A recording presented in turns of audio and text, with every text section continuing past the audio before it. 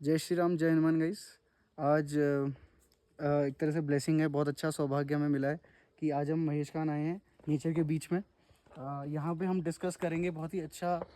आज मार्स और सन का जो बैलेंस है, आज हम उसको डिस्कस करेंगे। उससे पहले एक बार आप देख लीजिए व्यू कितना अच्छा है यहाँ पे।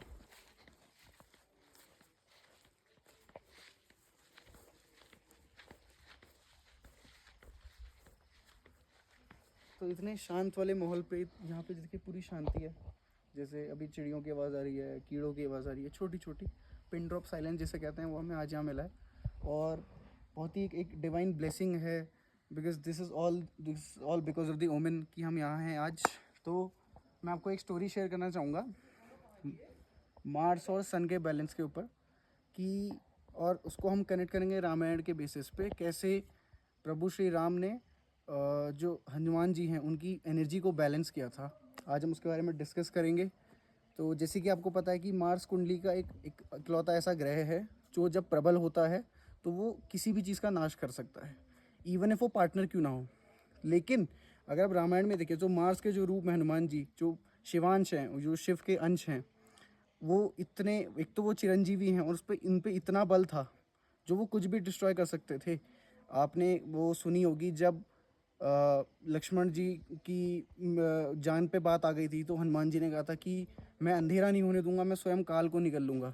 तो हनुमान जी ने कहा था कि वो स्वयं काल को निकल लेंगे, वो सूर्य देव को खुद निकलने की उस पे थे। एंड प्रभु श्री राम की जब हम बात करें तो वो कुंडली में हमारे सूर्य की बात करते हैं, क्योंकि वो लीडर हैं।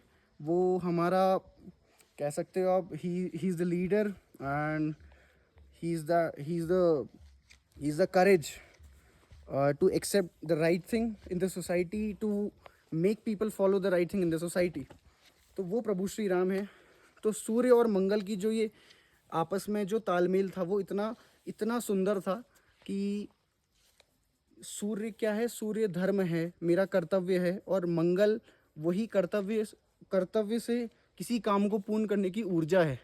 तो प्रभु श्री राम के दूत बन के जो हनुमान जी थे, उनके जो राम काज की हम जब बात करते हैं, उसको पूर्ण करने के लिए जब वो जाते थे तो उसको धर्म और मर्यादा के साथ करते थे। तो इसी के बारे में हम डिस्कस कर रहे थे कि कैसे मार्स और सन का जो बैलेंस है वो कितना अच्छा था। इसको हम रामायण से कनेक्ट करते हैं, क्योंकि लोग मार्स और सन को गलत बोल देते हैं। बट मैं सारावली के बेसिस पे आपको लिखूंगा कि सारावली क्या कहती है इसको अलग अलग उस पर। एंड हनुमान जी की एक और स्टोरी में अगर आपको बताना चाहूँगा कि एक तो वो था कि जब उनको बाण लगा था, जब लव कुश के संग उनका युद्ध हुआ था, उनको आई गेस, मेरे को याद नहीं आ रहा है कौन सा अस्त्र लगा था, बट उनको जब अस्त्र लगा था तो वो बेहोश हो गए थे और उसके बाद वो ठीक नहीं हो पा रहे थे। उस अस्त्र के जब तक उसकी औषधि नहीं मिलती, वज्रास्त्र, ना ना वज्रास्त्र नहीं था। जो मेघदूत ने किसने? नहीं नहीं नहीं, मेघनाथ वाला नहीं, वो तो मेघनाथ जो तो नागपाश था। अच्छा, अब बोल। मेरे को याद नहीं आ रहा वो अस्त्र का। तो जब तक उसकी दवाई नहीं मिली थी, तो ऋषि वाल्मीकि जी ने जब उनकी औषधि भेजी थी, तब तक समय बहुत कम था, और उस समय तक ये था कि जैसे ही सूर्य अस्त हो जाता तो उनकी मृत्यु हो जाती। तो जब हनुमान जी को ये बात पता लगी थी, तो उन्होंने स्वयं काल को, शनिदेव को चैलेंज कर दिया था कि वो उनको निकल जाएंगे, ताकि सूर्य अस्त ही नहीं होगा और काल खड़ा का खड़ा रह जाएगा और हिलेगा नहीं। क्योंकि हनुमान जी के अंदर शिव की वो शक्ति है, क्योंकि तभी उन्हें शिवांश कहते हैं। एंड यही हमें रामायण सिखाता है कि आपके अंदर एनर्जी है, करेज है चीज़ों को करने का, बट उसको हम सही ट्रैक में या सही पाथ में अगर फॉलो करें, जैसे हनुमान जी की शक्तियों का सही तरह से प्रयोग रामायण में हुआ था, राम काज में, वैसे ही हम उसको फॉलो करें हमारी मार्शल एनर्जी को। तो इसी के बारे में डिस्कस था। Thank you. जय श्री राम। तो अभी हम प्रभु श्री राम की बात कर रहे थे, एंड इतना अच्छा सौभाग्य हमें प्राप्त हुआ है।